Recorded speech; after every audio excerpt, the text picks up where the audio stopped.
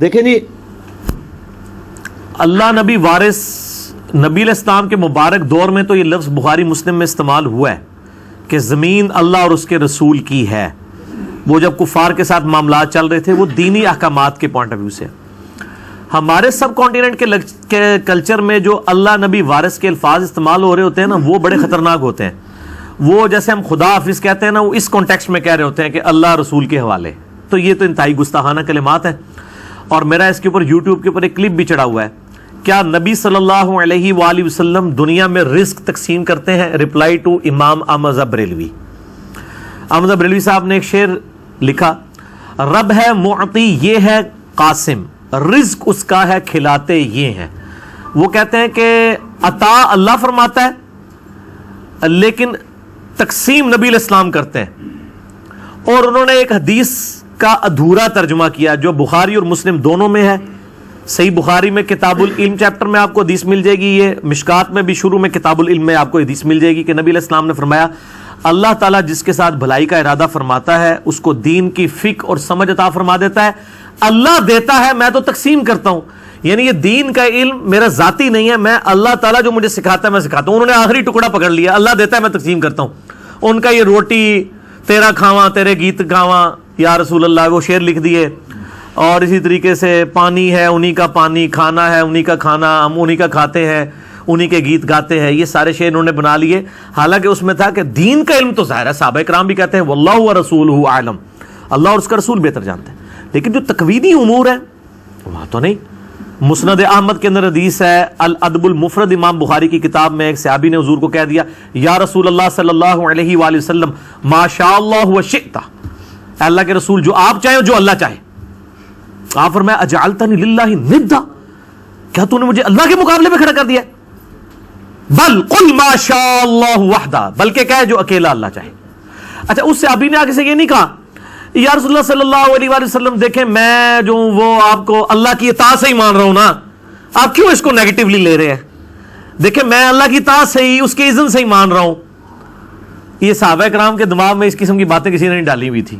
جی مستقل بذات، غیر مستقل بذات، اس پہ میرا ریسرچ پیپر بھی ہے، دعا صرف اللہ ہی سے، وہ آپ پڑھ لیں. اور دعا صرف اللہ ہی سے میرا لیکچر بھی ہے توحید کے اوپر، مسئلہ نمبر 3، اس میں نے یہ سب کچھ لکھا ہے.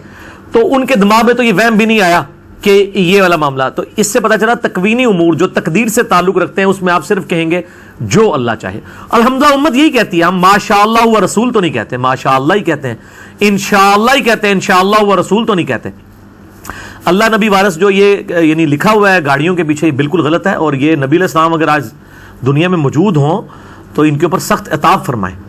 آپ اسی طریقے سے ابو داؤد اور ابن ماجہ میں بلکہ ترمذی میں بھی حدیث موجود ہے، اور اس میں شریک القاضی مدلس ہیں لیکن سما کی تصریح سنن کبریٰ البیہقی کے اندر موجود ہے کہ ایک صحابی نے نبی علیہ السلام کو سجدہ کیا، آپ نے فرمایا سر اٹھا، یہ کیا کر رہا ہے؟ انہوں نے کہا یا رسول اللہ صلی اللہ علیہ وآلہ وسلم، میں ہیرا نامی ایک شہر ہے کوفے کے پاس، وہ نجدیوں کا علاقہ، وہاں میں نے دیکھا کہ لوگ اپنے سردار کو سجدہ کرتے ہیں، آپ تو اللہ کے رسول ہیں، تو میں نے اسی کے اوپر اجتہاد اور قیاس کیا ہے. صحابی کا بھی قیاس اور اجتہاد غلط ہو سکتا ہے اگر کتاب و سنت سے ٹکرائے. اس نے کہا نا وہ اپنے سردار کو کہتے ہیں آپ تو ہمارے واقعی سردار بھی ہیں. آپ فرمایا اگر میں سجدہ، جب میں فوت ہو جاؤں گا، جب تم میری قبر سے گزرو گے قبر پہ بھی سجدہ کرو گے؟ کہا یا رسول اللہ نہیں. فرمایا پھر مجھے کیوں کر رہے ہو؟ اگر میں سجدہ جائز سمجھتا تو بیویوں سے کہتا کہ اپنے خامدوں کو سجدہ کریں اس حق کے سبب جو اللہ نے ان کو دیا ہے. یہ آخری حصہ ہی مشہور ہے، پہلے پورا توحید والا مسئلہ گم ہی کر دیا انہوں نے تاکہ کسی کے کوئی عقیدے کی اصلاح نہ ہو جائے. تو نبی علیہ السلام اس معاملے میں احتیاط کرتے تھے.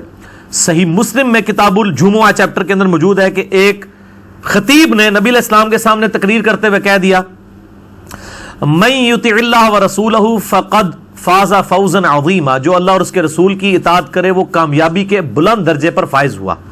ومن یعصہما، اور جس نے ان دونوں کی نافرمانی کی، فقد غوا، وہ گمراہ ہو گیا. اس جملے میں کون سی غلطی ہے؟ آؤٹ آف کانٹیکسٹ بھی نہیں ہے، سیاق و سباق میں بھی ٹھیک ہے. جو اللہ اور اس کے رسول کی اطاعت کرے وہ کامیاب ہو گیا، اور جو ان دونوں کی نافرمانی کرے وہ ناکام ہو گیا. کوئی غلطی ہے اس میں؟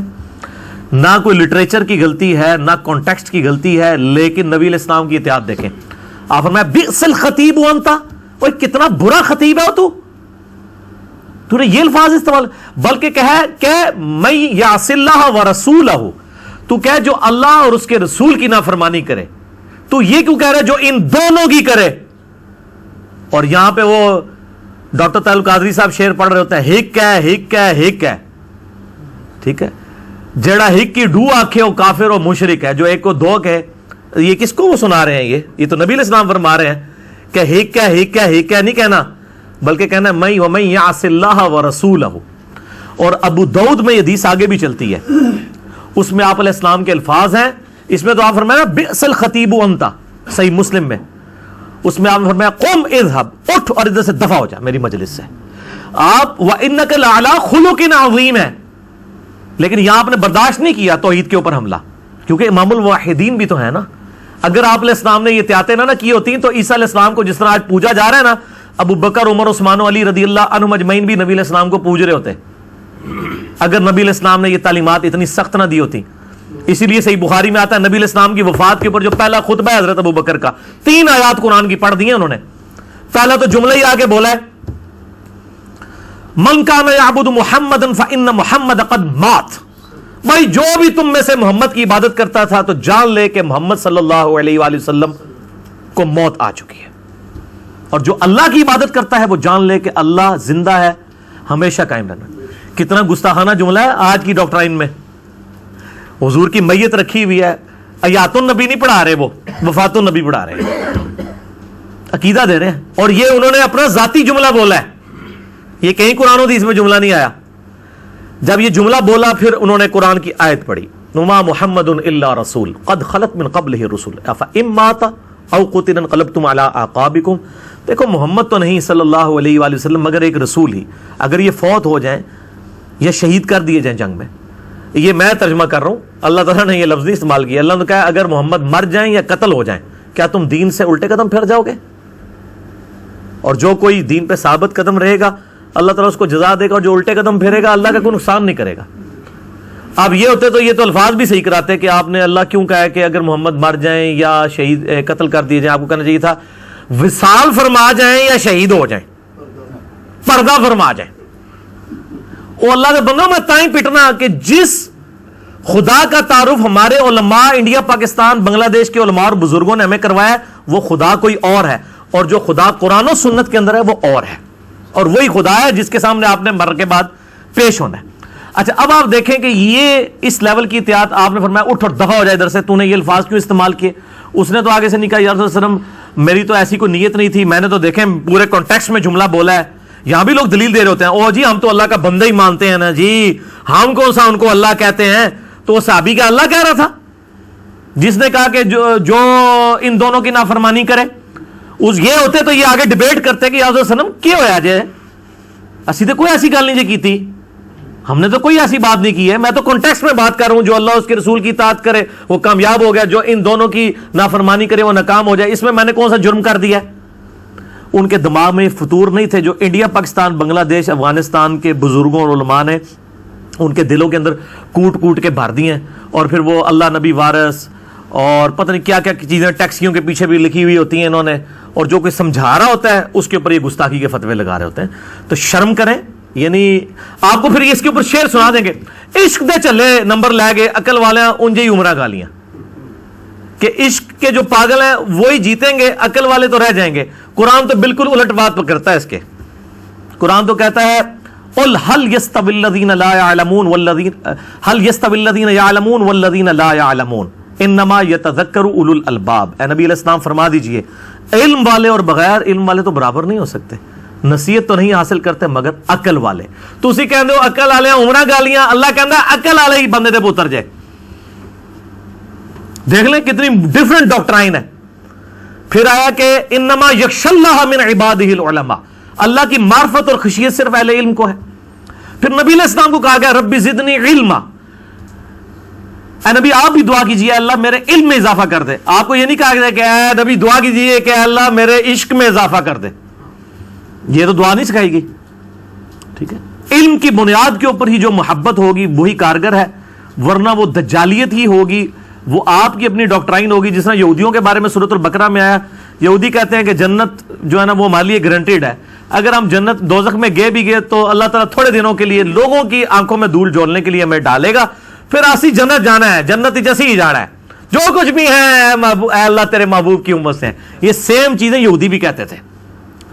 سورہ بقرہ شروع میں کیوں رکھی گئی ہے قرآن کے؟ حالانکہ نازل تو جا کے مدینے میں ہوئی ہے، اس سے پہلے 2/3 قرآن نازل ہو چکا تھا، تاکہ بتایا جائے کہ تم سے پہلے بھی ایک لاڈلی امت تھی، 3 کتابیں اس میں آئیں، ہزاروں پیغمبر آئے بنی اسرائیل، تمہارے پاس تو ایک پیغمبر اور ایک کتاب آئی ہے نا، جن کے پاس 3 کتابیں اور ہزاروں پیغمبر آئے تھے نا، جب انہوں نے ہم سے روگردانی کی ہے، ہم نے ان کو ذلیل و خوار کر دیا قیامت تک کے لیے۔ ضربت علیہم الذلہ والمسکنہ، ذلت اور مسکنت ان کے اوپر طاری کر دی ہے۔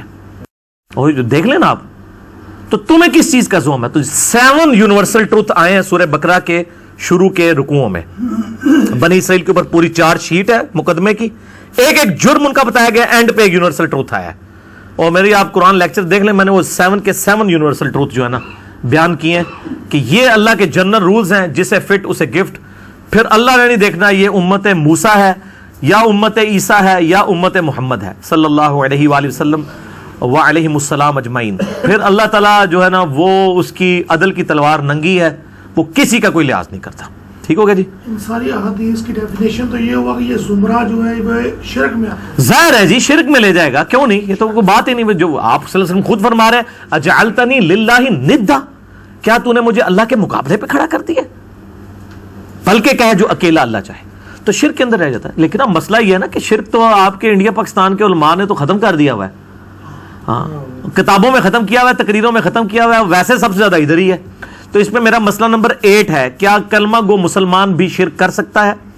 اور مسئلہ نمبر 3 دعا صرف اللہ ہی سے، اور مسئلہ نمبر 43 وسیلہ اور توسل کے صحیح احکام و مسائل، جسے شوق ہو تو وہ دیکھیں، انشاءاللہ اس کو کلیئر ہو جائے گا۔